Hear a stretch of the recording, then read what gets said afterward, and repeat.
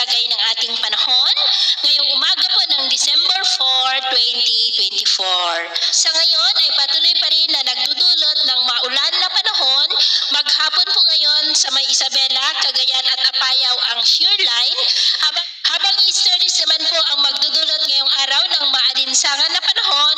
lalo na po sa silangan ng Southern Luzon, Visayas at Mindanao, at amihan naman ang magdudulot ng malamig na panahon dito po sa northern part ng Northern Luzon. At sa ating pong long range forecast ay nananatili pa rin na may banta ng sama ng panahon na maaaring mabuo sa Lunes sa labas ng ating area of responsibility sa silangan ng Mindanao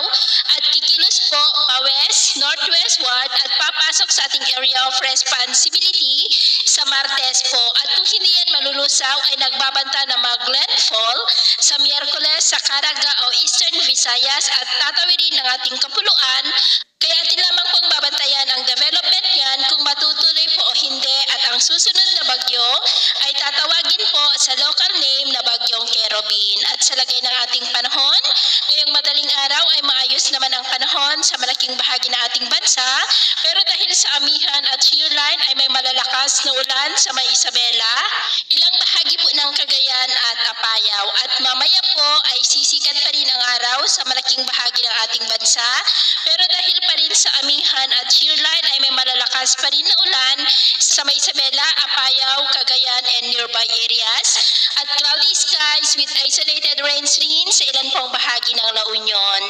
At mamayang hapon, maayos pa rin ang panahon sa malaking bahagi ng ating bansa, lalo na sa Southern Luzon, Visayas at Mindanao. Pero dahil pa rin po sa amihan at shear line ay cloudy skies with isolated rains ito po sa malaking bahagi ng Northern Luzon, at may malalakas na ulan pa rin sa Isabela, Cagayan at Apayao. Cloudy skies with isolated rains rin sa ilan pang bahagi ng Central Luzon, Camarines Provinces, Catanduanes at Palawan, dulot naman ng mga localized thunderstorm. At sa atin naman pong mga baybayin, dahil po sa amihan at shear line ay iwasan na po muna natin ang papalaot sa mga baybayin ng Cagayan, Ilocos Norte, Babuyan Islands at Batanes. Dahil ang mga alon po dyan ay posible po na aabot hanggang sa 7 to 10 feet, kaya hanggat maaari ay iwasan na po muna natin ang papalaot dyan sa mga may kulay pula para mas makaiwas sa mga sakunang pangkaragatan.